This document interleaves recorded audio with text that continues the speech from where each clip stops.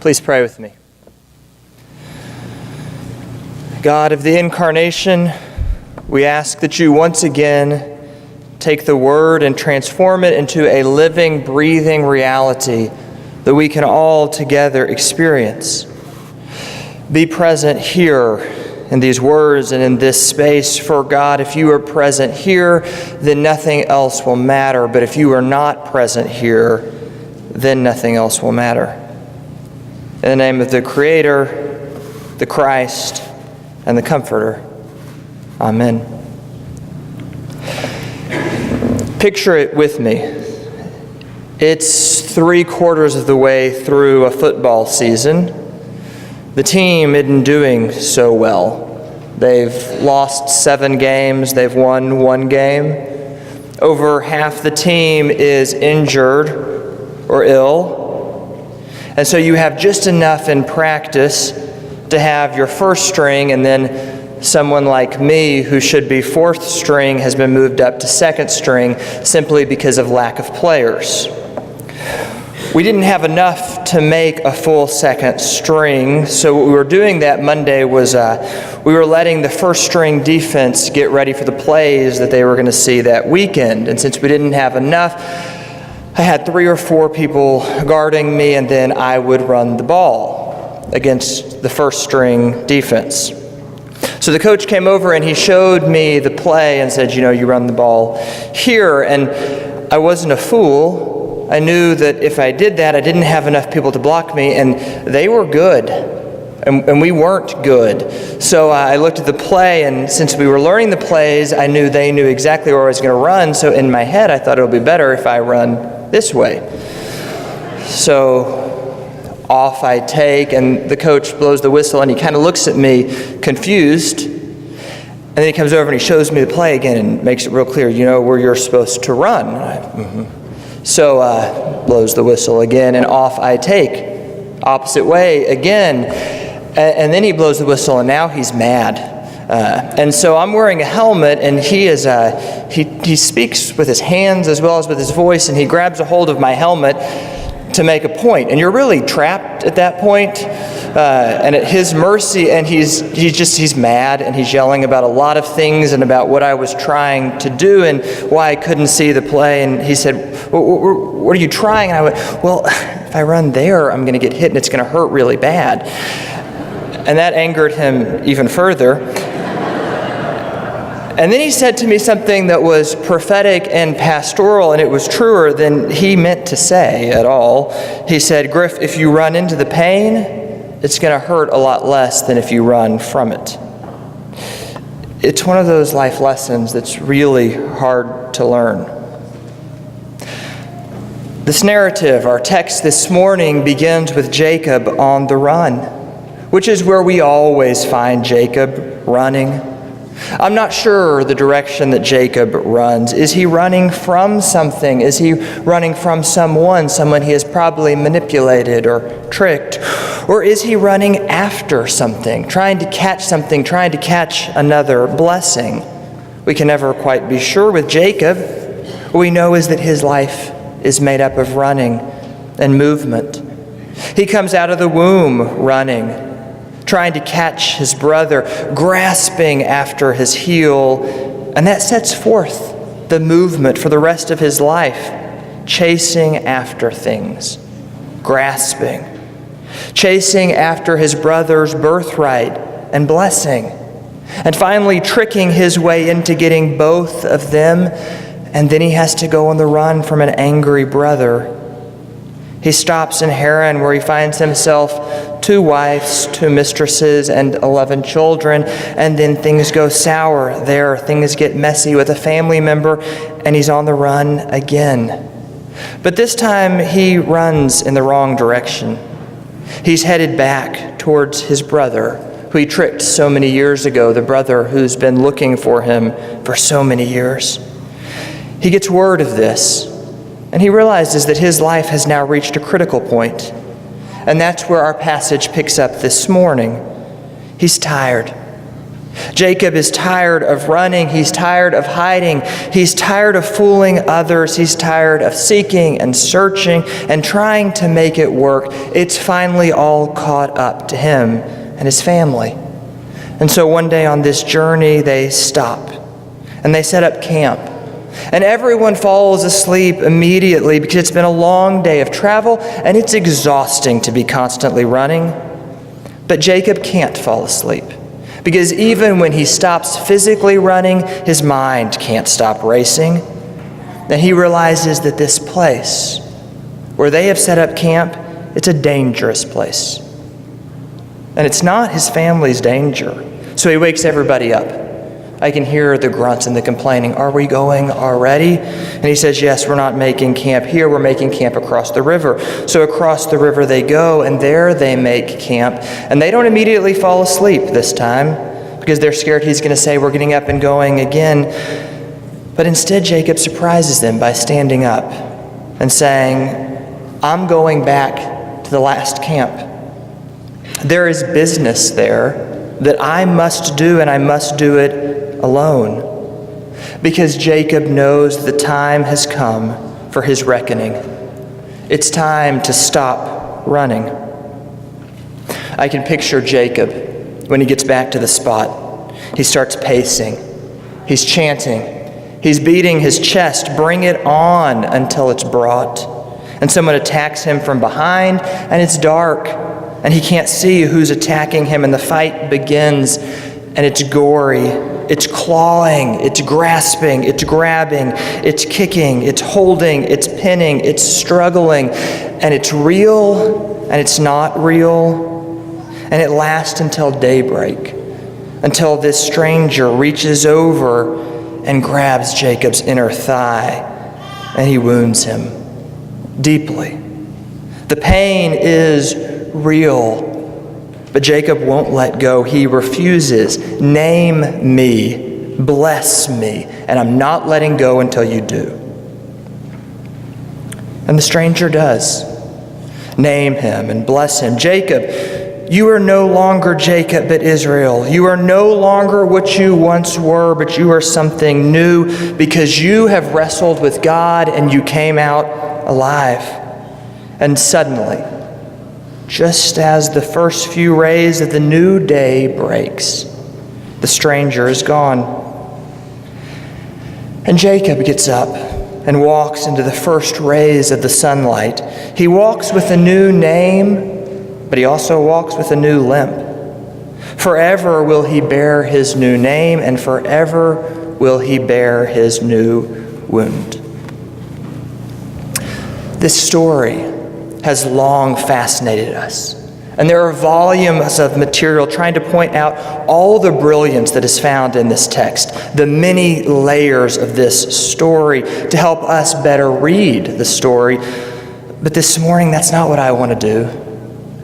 I don't want us to better read the story. Instead, I want the story to better read us.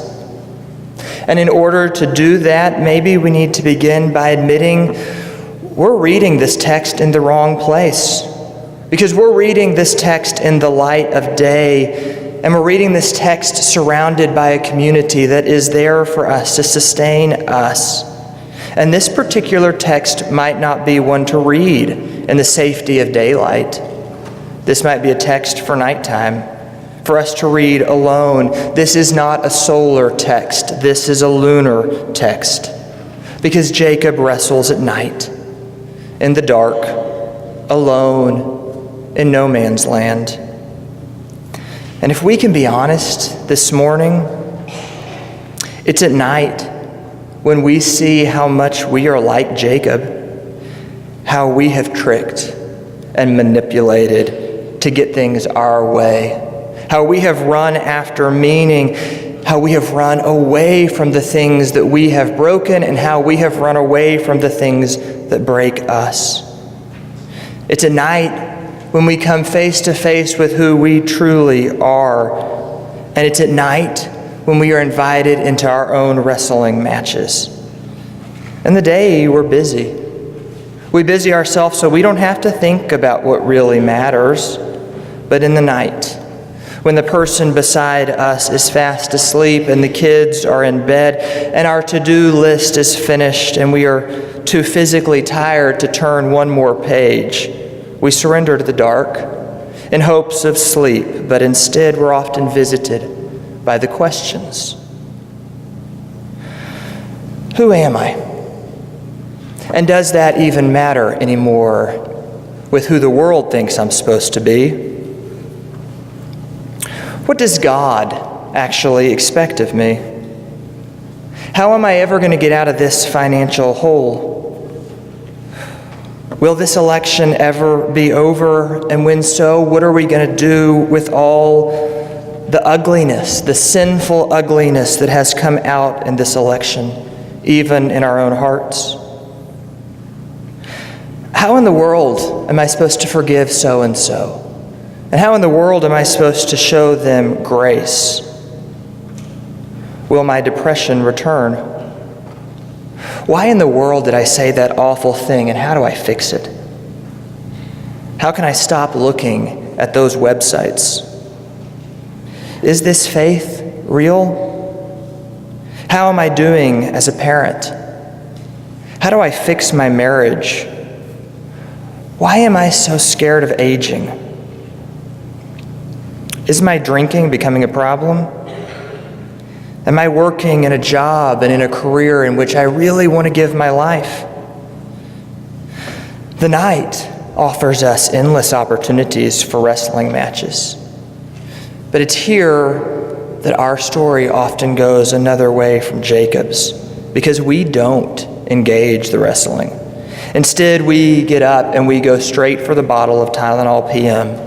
Or we numb ourselves with another Netflix show, or we get up and fold the laundry and clean out a closet, or we start counting sheep to avoid the questions. We do whatever it will take to disengage from the one trying to wrestle with us.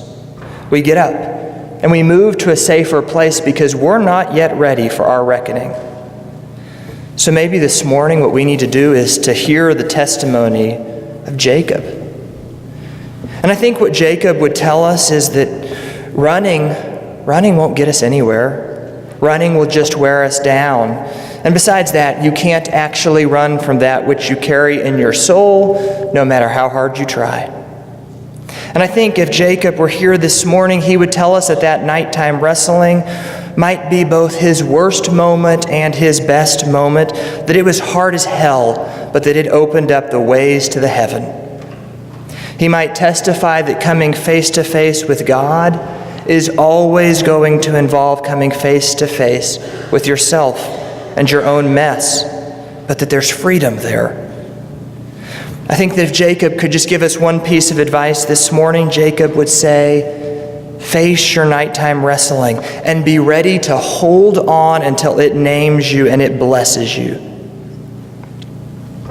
And then as Jacob walked away from this pulpit limping, we might hear him quietly say, every blessing starts with a wound. Or maybe if Jacob were here this morning, Jacob would come up here and he would open the Gospels. And he would read part of the Gospels for us, in particular the end of the Gospels, where our Jesus Christ is crucified on a cross, and then we are left with 3 days that feel like nights until the resurrection. Jacob might lead us to that story, and then he might remind us, just as there is no blessing without a wound, there is no resurrection without a cross. And really, Jacob could point to just about any story in the Gospels, because Jesus is constantly walking straight into the places of pain and grief and hurt in order to there bring and birth salvation. The road to God, more often than not, starts in a place we never want to go. It's the way of Jesus. Run towards that which breaks your heart. Go towards the pain. Pain is the home of transformation. It is only in that which breaks you, it's only there that you will find true life. One of my favorite children's books says it best. This book is about going on a bear hunt and all the things the family is going to face on the bear hunt. We're going on a bear hunt. We're going to catch a big one. What a beautiful day. We're not scared. And then they get to tall, scary grass, and a deep, cold river, and thick, oozing mud, and a big, dark forest, and a swirling, whirling snowstorm, and then a narrow, gloomy cave. And all stand in the way of them and the bear. And so their motto at each obstacle is this: can't go over it, can't go under it, can't go around it, must go through it. Maybe that's the motto we need to adopt this morning. Can't go over it, can't go under it, can't go around it, we must go through it. So what's calling out to you in the nighttime? What is just waiting for you to wrestle with? Where's the last place that you want to go, but you need to go to find your reckoning? What have you been hiding in your life? What are you running from?